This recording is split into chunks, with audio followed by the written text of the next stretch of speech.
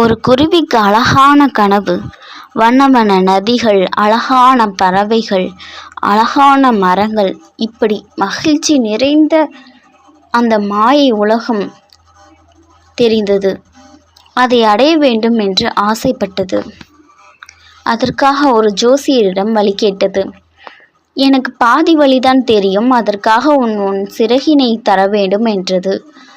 சரி, ஒரு சிறகுதானே என்று குருவியும் கொடுத்துவிட்டது. இப்படி போகும் வழியெல்லாம் வழியினை கேட்க, அவர்கள் சிறகினை கேட்க, இது பீத்து கொடுத்து விட்டது. அதோ மாயை உலகம் வந்துவிட்டது. ஆனால் என்ன இது, என்னால் பறக்க முடியவில்லை.